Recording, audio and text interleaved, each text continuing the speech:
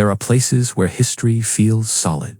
You can touch the stone, read the plaque, trace the names, and then there are places where something older lingers, something less certain, a hill, a cave, a warning passed from one generation to the next, until the warning outlives the people who first spoke it. In Leicester, one of those warnings had a name, Black Annie's. They said she lived in the Dane Hills, in a cave clawed into the earth itself. Not a house, not a ruin, a hole in the land, as if the countryside had been torn open and something cruel had made a home inside it. And once the sun went down, nobody sensible wanted to be near it. Not because anyone had proof, because some stories do not need proof to control a place. Black Annie's was not described as beautiful in the dangerous fairy tale sense. She was not seductive. She was not misunderstood. In the old tradition, she was hunger made visible. A blue-faced hag with wild hair and terrible claws. A figure imagined less as a person and more as a shape. Children were taught to fear before they were old enough to question why. And that may be the most important thing about her. Black Annie's was not just a monster from a story.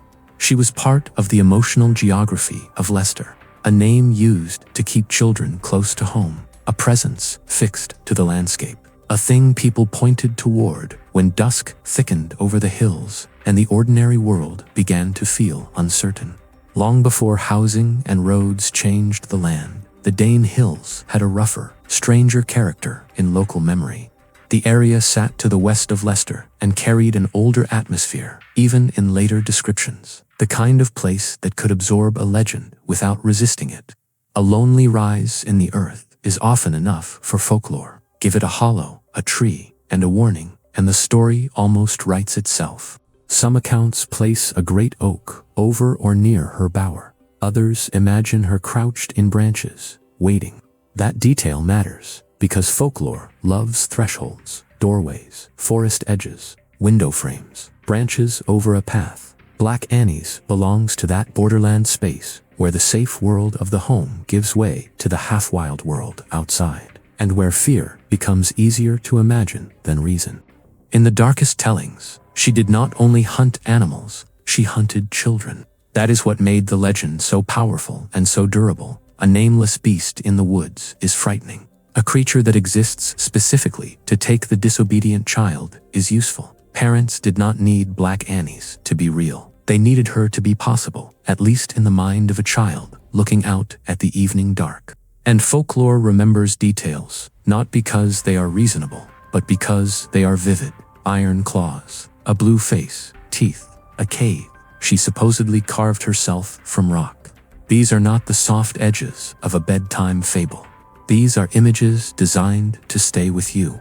You do not forget claws scraping stone. You do not forget the idea of something ancient waiting beneath a hill while the town sleeps above it. Over time, the story gathered cruelty, the way old legends often do. In some retellings, Black Annie's was said to snatch lambs and children alike.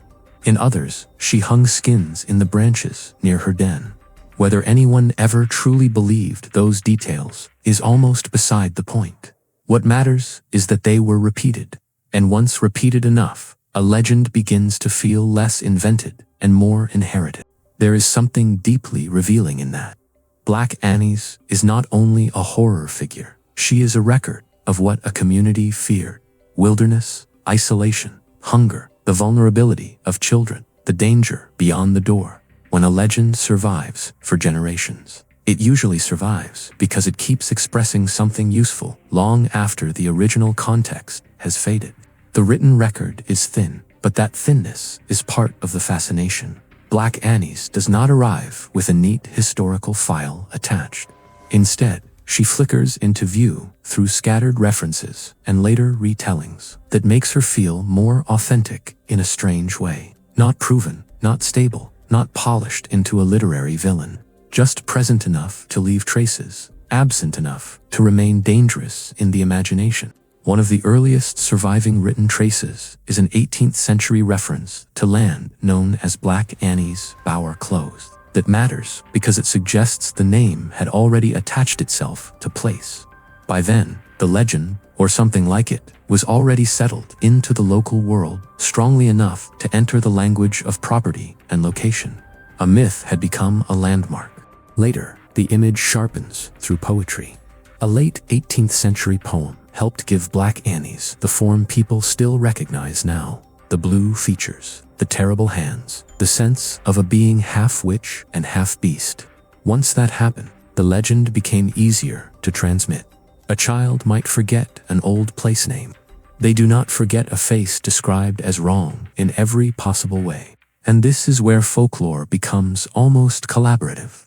A story begins as a warning, grows through repetition, then gets fed by poets, collectors, antiquarians, and later by anyone with a taste for the eerie.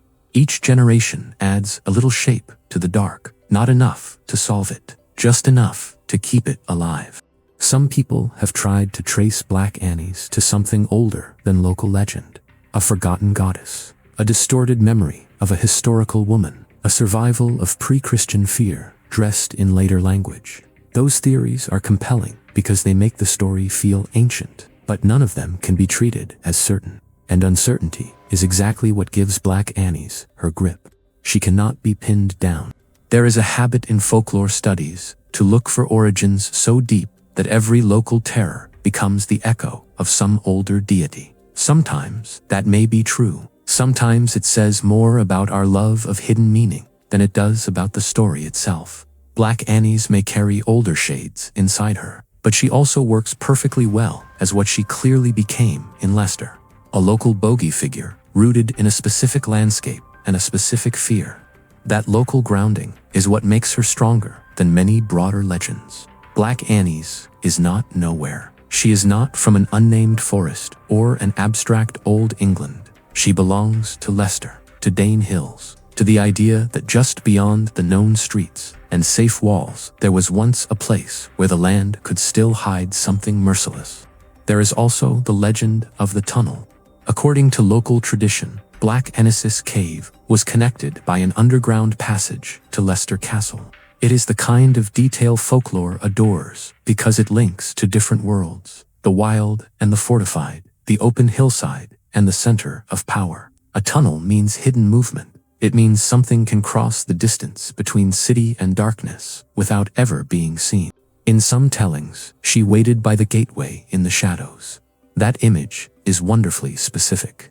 Not roaming at random, but waiting where people pass from one zone into another. Gateways, again. The border between safety and threat, between within and beyond. Black Annie's is always strongest at the threshold, in the place where certainty narrows and something else begins. Whether anyone believed in a literal tunnel matters less than what the tunnel expresses. It says the danger was not far away, not distant, not safely outside the map. It says the thing in the hills had a route into the heart of the town. That is how fear works when it is culturally useful. It never stays politely at the edges. It always finds a hidden way in.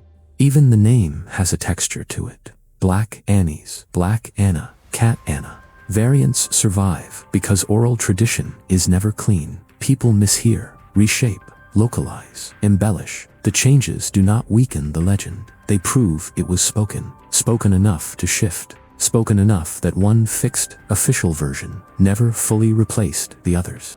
The child warning aspect may be the most revealing thread of all. Many communities create figures like this. Be good, stay close, do not wander, do not answer the dark, do not go near the dangerous place. Folklore often does the work that fences and streetlights do now. It turns risk into character. It gives danger a face, and a child obeys a face more readily than an abstract instruction. Imagine the usefulness of her in an older world. Fewer lights, more open land, real hazards everywhere, pits, animals, strangers, weather, distance. One story could do the work of 100 lectures. You do not need to explain all possible threats if you can simply say that Black Annie's waits in the hills for children who stray too far. That does not make the legend trivial, quite the opposite. It makes it functional. The stories that survive are often the ones that do something. Black Annie's disciplined behavior, marked space, added emotional boundaries to physical ones. She was fear with a purpose, which is one reason she lasted long enough to leave traces in writing and memory. But useful fear often becomes real fear. Tell a child often enough that a creature lives under the hill, and the hill changes forever. Even later, after the child grows, some residue remains. That is the true power of local legend. Not belief in a literal monster, but the permanent staining of place. A hillside is no longer just a hillside once a story has claimed it. By the time antiquarians and local historians began recording references, Black Annie's was already more than a living warning and less than a fixed historical truth. She occupied that perfect folkloric middle state, known but uncertain, familiar but unstable, just documented enough that modern people can find her, just elusive enough that modern people cannot finish her. And perhaps that is why she still works so well now. We live in an age that wants everything resolved. We want provenance, citations, dates, coordinates, definitive answers. Black Annie's resists all of that. She offers just enough documentary trace to be credible as folklore, but never enough to collapse into ordinary history. She remains a legend because the record never fully tames her. There is another reason she endures. Her imagery is brutally efficient. Blue face, iron claws, cave, children, tree, tunnel, castle. Every element is visual. Every element can be remembered. Good folklore does not only sound compelling, it can be pictured instantly, and once pictured, it becomes difficult to erase. And yet, beneath the horror, there is melancholy too. Legends like Black Annie's preserve landscapes that have changed and fears that have modernized. The Dane Hills of story are not only a setting for terror, they are a memory of older Leicester, when the edge of town could still feel genuinely uncertain. The legend is a fossil of atmosphere, a record of how a place once felt in the dark. That is why regional folklore matters. It is not disposable superstition. It is cultural, whether trapped in story form. It tells you what a place imagined when it looked into its own shadows. In Leicester's case, one of those shadows grew iron claws and a blue face and stayed there long enough to become part of the city's inheritance. Modern retellings sometimes soften Black Annie's into a spooky curiosity, a strange local mascot of the macabre, but that risks missing what made her effective. She was not originally playful. She was not campfire fun. She was meant to unsettle, meant to control, meant to make the dark outside feel active and hungry. And still, people keep telling her story. That alone is important.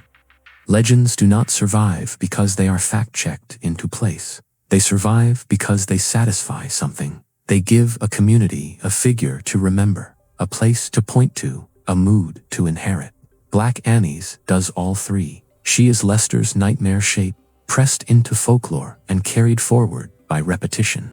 If you stand back from the details, what emerges is not a solved mystery, but a pattern, a frightening female figure tied to the land, a named den, a set of repeated warnings, a few written traces, a place memory that proved stronger than explanation. That is often what authentic folklore looks like before later culture polishes it into entertainment. Rough, local, uneven, alive. So who was Black Annie's? A remembered woman, distorted by time. A bogey figure, invented for discipline. A local monster, fed by poetry. The shadow of older religious imagery. A bundle of fears attached to a landscape. The honest answer is that she may be some combination of all of them. Legends rarely begin from one source alone. They accrete, they harden, they become larger than their starting point. Maybe that is why the cave matters so much. A cave is the perfect folkloric symbol because it hides beginnings. You know there is an entrance. You do not know how far the darkness goes. Black Annie's belongs in a cave because the legend itself behaves like one, open enough to enter, too dark to reach the end. And once a story like that takes hold, it does not need evidence to stay alive. It only needs retelling. A grandmother's warning, a local article, a poem, a museum event, a whispered name attached to a hill. Piece by piece, the figure remains. Not because she was proven, because she was remembered. So, on quiet nights, when folklore feels less like fiction and more like a second skin stretched over the landscape, Black Annie's still has exactly what a legend needs: a place, a face, a threat, and an old, unresolved question waiting in the dark beneath Dane Hills. If legends are the shadows a place casts over time, then Black Annie's may be one of Leicester's darkest. You do not have to believe she ever lived under that hill. You only have to understand why so many people remembered her there.